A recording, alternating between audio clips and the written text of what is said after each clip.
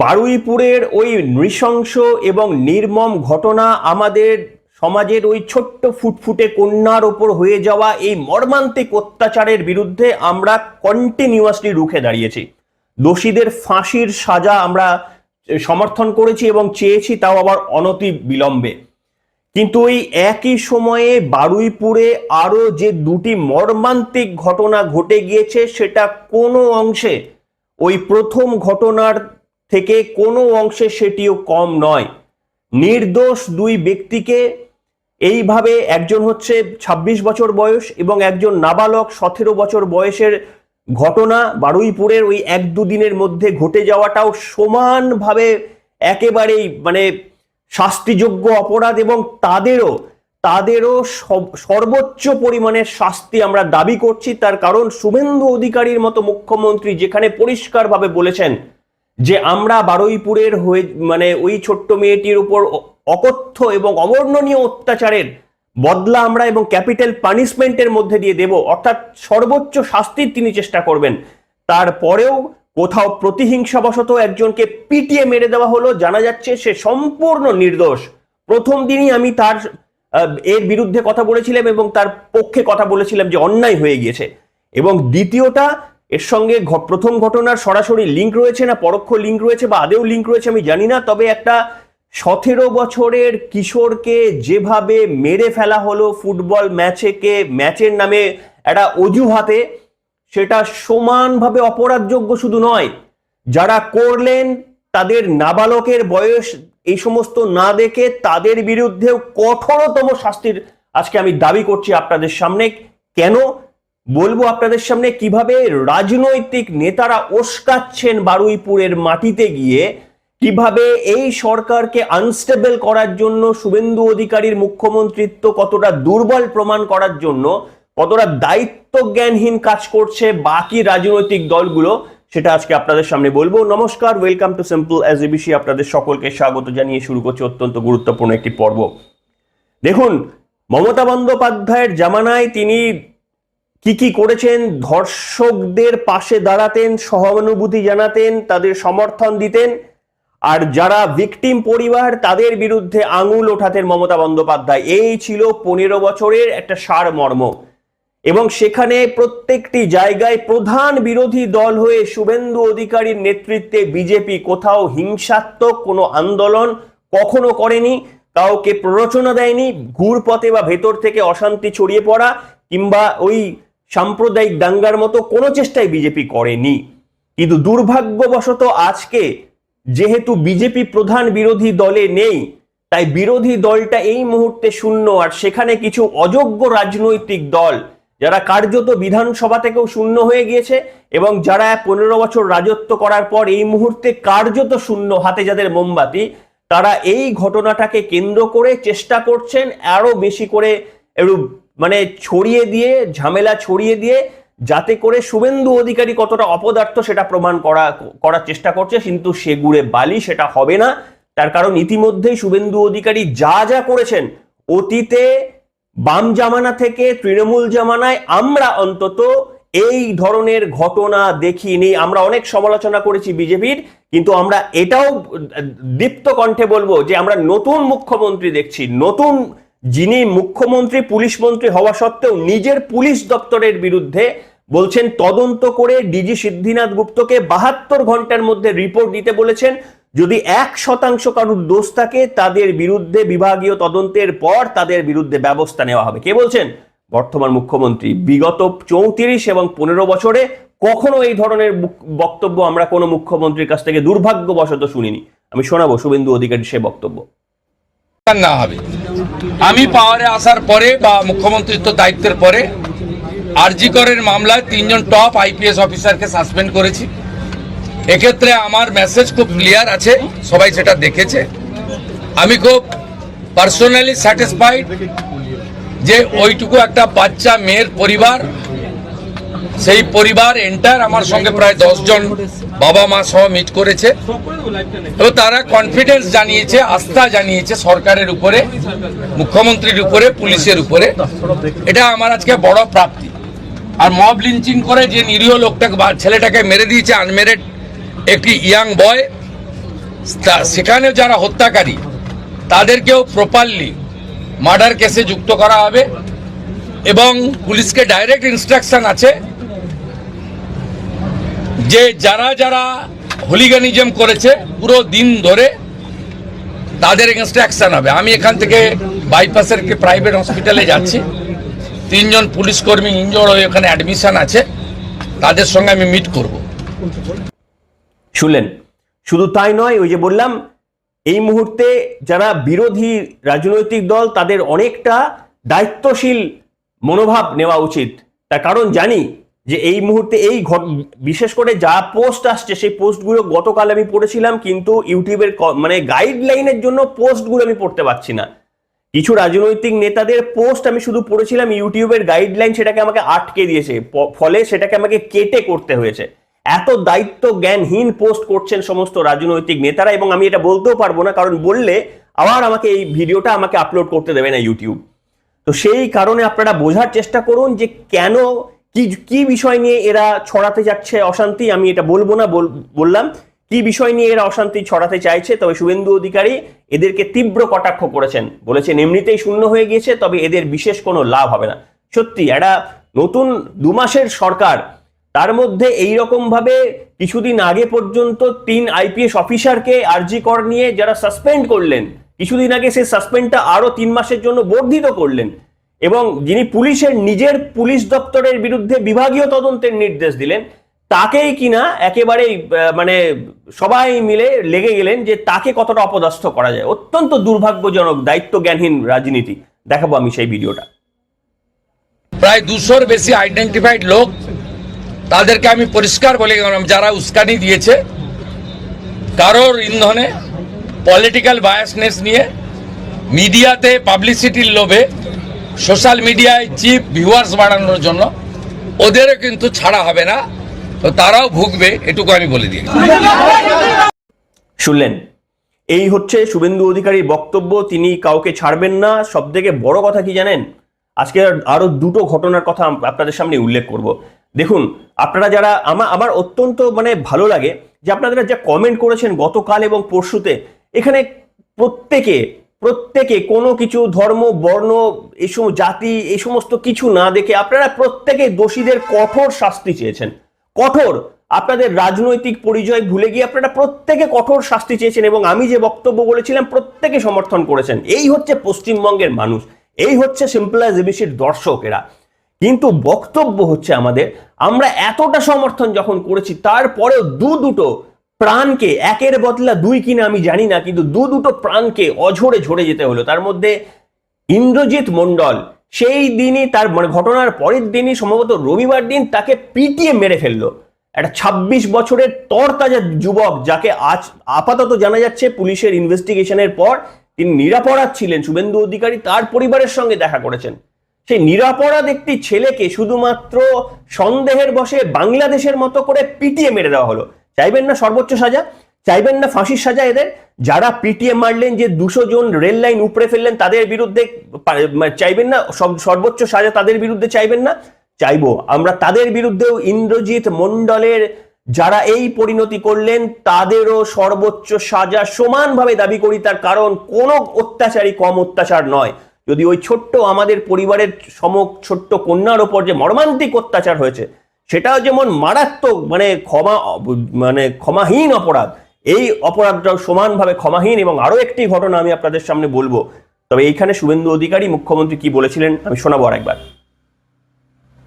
একটা primarily police যা বলেছে, দেখুন, I am not the investigating authority. Mob lynching করে যাকে পিটিয়ে মারা হয়েছে ইন্দ্রজিৎ মণ্ডল, উনিও ইনোসেন্ট। পুলিশ আমাকে যা বলেছে এটা আমার কথা নয়। তার পরিবারের সঙ্গে আমি মিট করেছি, তিনিও জাস্টিস পাবেন। যত পুলিশের গাড়ি ভেঙেছেন, রেল লাইন উপড়েছেন, প্রায় অ্যাপ্রক্স 200 আইডেন্টিফাইড হয়েছে, প্রত্যেককে অ্যারেস্ট করা হবে। একটা লোককেও ছাড়া হবে না। পিছন থেকে যারা উস্কেছেন, পলিটিক্যাল লোক যারা ইলেকশনে রিজেক্ট হয়েছেন, কেউ ক্ষমতা থেকে গেছেন, কেউ 0 থেকে 1 হয়েছেন এবং radical force, anti national force যারা পিছন থেকে উস্কেছেন তাদেরকেও আইডেন্টিফাই করা। শুনলেন, এটা তো গেল দ্বিতীয় ঘটনা। এরপরে তৃতীয় মর্মান্তিক ঘটনা, একটি ফুটবল ম্যাচকে কেন্দ্র করে জানা যাচ্ছে ভেতরের কিন্তু কি ব্যাপার এখনো বলতে পারবো না, মানে আন্দাজ অনেক কিছুই করতে পারি কিন্তু বলা কিছুই যাবে না, যেহেতু প্রমাণ নেই। তাই ডেফিনেটলি আমাদের সংযত আচরণ করা উচিত, আমাদের দায়িত্বশীল আচরণ করা উচিত। কিন্তু এই যে ঘটনা, একজন 17 বছরের কিশোরকে, ঠিক যেমন 12 বছরের একজন মানে কি বলবো, কিশোরী বলা যায় কিনা আমি জানি না, একজন 12 বছরের ছোট্ট কন্যা সমা ফুটফুটে সন্তানকে যেমন মেরে দেওয়া হলো, ঠিক তেমনি একজন 17 বছরের, তার নাম হচ্ছে, আমাকে একটু দেখে বলতে, তার নাম হচ্ছে প্রসেনজিৎ বিশ্বাস, ফুটবল ম্যাচের নামে কেন্দ্র করে 5 জন তার বন্ধু, আমি পরিচয় দিচ্ছি না, আপনারা বুঝে নিন, 5 জন তাকে নিয়ে গিয়ে, যেটা অ্যালেজড যে তাকে তার গলাটা কেটে দিয়েছে এবং পুলিশ তাদের মধ্যে 3 জনকে গ্রেপ্তার করেছে। এই হচ্ছে পরিস্থিতি। তাদের এক পরিবারের হাহাকার শুনুন, তার বাবা ভ্যান চালায়, অত্যন্ত দরিদ্র পরিবারের, কিভাবে তার মর্মান্তিক মৃত্যুর কারণ হলো ওই বারুইপুরের একই ঘটনা। চাইবেন না ক্যাপিটাল পানিশমেন্ট? কোনো অংশে কম প্রথম ঘটনার থেকে। এই 17 বছরের এই বাচ্চাটিকে যারা পৃথিবী থেকে সরিয়ে দিল, তারা হতে পারে নাবালক, তারা হতে পারে 18 থেকে একটু কম কিংবা 18। চাইবেন না তাদের বিরুদ্ধে ক্যাপিটাল পানিশমেন্ট? যারা ধরা পড়লেন, এদের প্রত্যেকের ক্যাপিটাল পানিশমেন্ট চাইবো আমরা। যদি প্রথম জনের বিরুদ্ধে যারা অত্যাচার করলেন তাদেরও যদি ক্যাপিটাল পানিশমেন্ট হয়, তাহলে এই ছোট্ট কিশোর, এখনো 18 বছরে পা দেয়নি, তার মৃত্যুকে যারা নিশ্চিত করলেন, এইভাবে মর্মান্তিক মৃত্যু যারা দিলেন, তাদের বিরুদ্ধেও ক্যাপিটাল পানিশমেন্টের জন্য আমরা সমানভাবে দাবি তুলবো। আমি শোনাবো, আপনাদের দেখাবো ওই একজন আত্মীয় আর্তনাদ।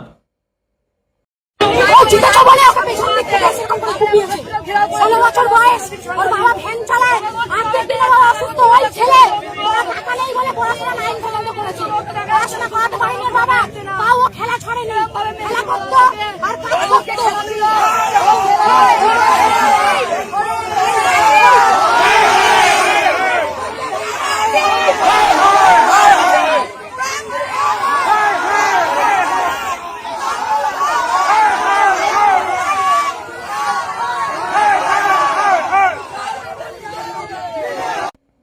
শুনলেন, এইখানে একটা মারাত্মক কাজ হচ্ছে, মারাত্মক বিষয় চলছে। বললাম দায়িত্ব জ্ঞানহীন আচরণ করছে দুটি রাজনৈতিক বিরোধী দল। তারা এই মুহূর্তে জমি ফিরে পাওয়ার জন্য, এবং বিশেষ করে আপনারা একটু বোঝার চেষ্টা করবেন, যেহেতু প্রথম ঘটনাটি তাদের রাজনৈতিক এজেন্ডার সঙ্গে তারা ভাবছেন কোথাও গিয়ে মিলে যাচ্ছে। দুর্ভাগ্যজনক পশ্চিমবঙ্গের রাজনীতি, যারা মেপে রাজনীতি করেন। আপনারা দেখেছেন যে 17 বছরের ওই ছেলেটির পরিবারের পাশে কোনো রাজনৈতিক নেতারা গেছেন? গতকাল শুভেন্দু অধিকারী প্রত্যেকটি রাজনৈতিক দলের প্রতিনিধিকে বারুইপুরের ওই ছোট্ট ফুটফুটে কন্যার পরিবারের সঙ্গে দেখা করার সমস্ত, মানে কি বলবো, কোনো পুলিশ তাদের আটকায়নি, তারা গেছেন। মমতা বন্দ্যোপাধ্যায় হাইকোর্টের পারমিশন নিয়ে মিছিল করবেন। কিসের প্রতিবাদে মিছিল সেটা এখনো স্পষ্ট নয়। আমরা দেখব তার এজেন্ডাটা কি, কিসের প্রতিবাদে তিনি মিছিল করছেন আমরা দেখব। কিন্তু মিছিল তিনি করুক, আমি বলেছিলাম মমতা বন্দ্যোপাধ্যায় যা করছে করতে দিন, কিন্তু এই রকম একজন অপরাধ মনস্ক মুখ্যমন্ত্রী কি করে পশ্চিমবঙ্গে 2 মাস হয়ে যাওয়ার পরেও এত, মানে সেই অর্থে এত কিছু সার্কামস্ট্যান্সিয়াল এভিডেন্স থাকার পরেও কি করে রাস্তায় ফ্রি হ্যান্ড ঘুরে বেড়ায়, আইনের আওতায় কেন এরা আসেন না, আমার এইটা শুধু মাথায় ঢোকে না।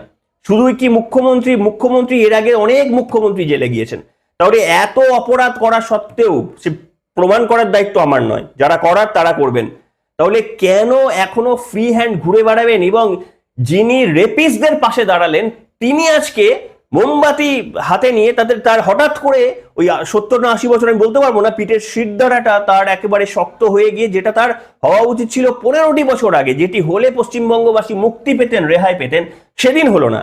আজকে যখন শুভেন্দু অধিকারীকে কালিমালিপ্ত করার সময় এসেছে, তখন তিনি মোমবাতি হাতে নিয়ে বেরিয়ে পড়ছেন এবং হাইকোর্টের কাছ থেকে পারমিশন নিয়ে এসে মিছিল করছেন। করতে দিন, তাকে করতে দিন। কিন্তু এই দুর্ভাগ্যজনক আচরণ আপনারা দেখলেন যে ওই 17 বছরের কিশোরের বাড়িতে কেউ গেলেন, যার গলাটা কেটে দেওয়া হলো, সেইটা কোনো অংশে কম। তার বাড়িতে কোনো রাজনৈতিক নেতারা কেন যাওয়ার প্রয়োজন বোধ করলেন না? কেন একটা মোমবাতি মিছিল সেই দিনই কালকের দিনই তার নামে হলো না? এক বিচিত্র পশ্চিমবঙ্গ। এখানে শুধুমাত্র দেখা হয় যে কোন আন্দোলনটি করলে, কোন ঘটনার প্রেক্ষিতে কোন আন্দোলন করলে মানুষ আপনাদের সমর্থন করবে, মানুষ আপনাদের পাশে দাঁড়াবে, তাও আবার ওই যে বললাম ভাগ দেখবে যে 30% না 70%, সেই রকম দেখার পর পশ্চিমবঙ্গের নির্লজ্জ রাজনৈতিক দলগুলি তাদের অবস্থান নাই। এখানে আমি আপনাদের সামনে আরো একটা ভিডিও দেখাবো। মীনাক্ষী সিপিএম এর নেত্রী, তো তিনি গিয়েছিলেন, আমি এই মুহূর্তে টাইটেলটা জাস্ট একটু ভুলে গেলাম, তো তিনি গিয়েছিলেন, তাকে ডিম দিয়ে স্বাগত করা হয়েছে। এটা আমি এ নিয়ে কোনো কমেন্ট করব না, এটা ভালো মন্দ খারাপ এ নিয়ে আলোচনা হয়েছে, অনেক দীর্ঘ আলোচনা হয়েছে, মামলাও রয়েছে, আমি এ নিয়ে বলবো না। তবে তিনি বলছিলেন আগে গ্রেপ্তার করতে হবে, তারপরে তিনি এগোবেন। সিপিএম এর কি দায়িত্ব জ্ঞানহীন বিভিন্ন মতামত এসেছে, সেটা আজকে আমি এই ইউটিউবের খোলা পর্দায় বলতে পারবো না, বললাম গাইডলাইনের কারণে। কিন্তু আমি ওই ভিডিওটা আপনাদের দেখাবো যেখানে মীনাক্ষী চক্রবর্তী বোধহয়, তাকে ঢুকতে মানে ওই ডিমের আক্রমণ তাকে সহ্য করতে হয়েছিল। দেখুন। গাড়ি এখানেই দাঁড় করাবেন। এইটা হচ্ছে বিজেপি লাগাবো না? আগে আগে আগে অ্যারেস্ট হবে, আগে অ্যারেস্ট হবে তারপরে, আগে অ্যারেস্ট হবে তারপরে। আমার অপরাধ কি? আমার অপরাধ কি? আমার অপরাধটা কি?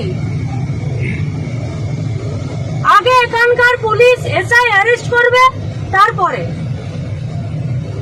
এখানে যতগুলো মিডিয়া আছে সব শুনলেন?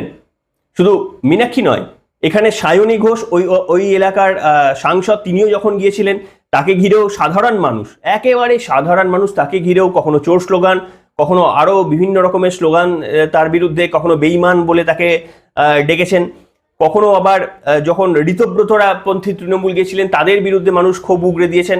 মানুষ, সাধারণ মানুষের ক্ষোভ সবার বিরুদ্ধে উগরে গেছেন। অর্থাৎ ভাবুন আপনারা, কিন্তু মানে অন্যান্য সময় কি হয়? অন্যান্য সময় বিরোধীদের স্বাগত জানানো হয়।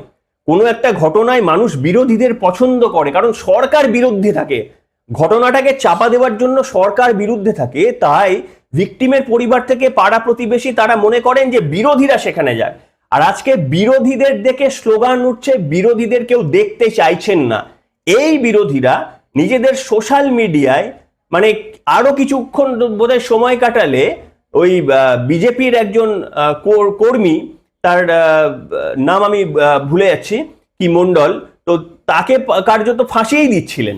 মানে তারা নিজেরাই, ওই লায়েক আলী বলে একজন লোকাল নেতৃত্ব, তিনি একেবারে তো সম্পূর্ণ ঘটনা ঘটার আগেই ওই মমতা বন্দ্যোপাধ্যায়ের স্টাইলে একেবারে কে দোষী কে সব কিছু নিজেই ওপেনলি বলে দিচ্ছিল।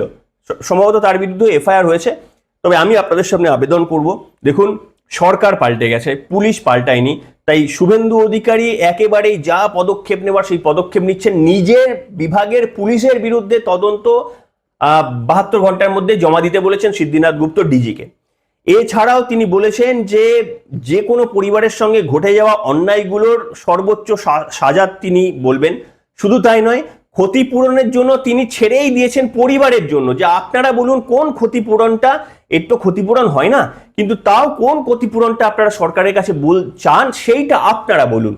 এই রকম একজন মুখ্যমন্ত্রী, যাকে পরিবাররা, যে ভিকটিম পরিবার এই মারাত্মক মানে ব্যথা যন্ত্রণার মধ্যে দিয়েও শুভেন্দু অধিকারী মুখ্যমন্ত্রীর বক্তব্যে ভরসা রেখেছেন, তাকে বাকি রাজনৈতিক নেতৃত্বরা মেলাইন করার জন্য শুধু রাজনৈতিক মিছিল করবেন।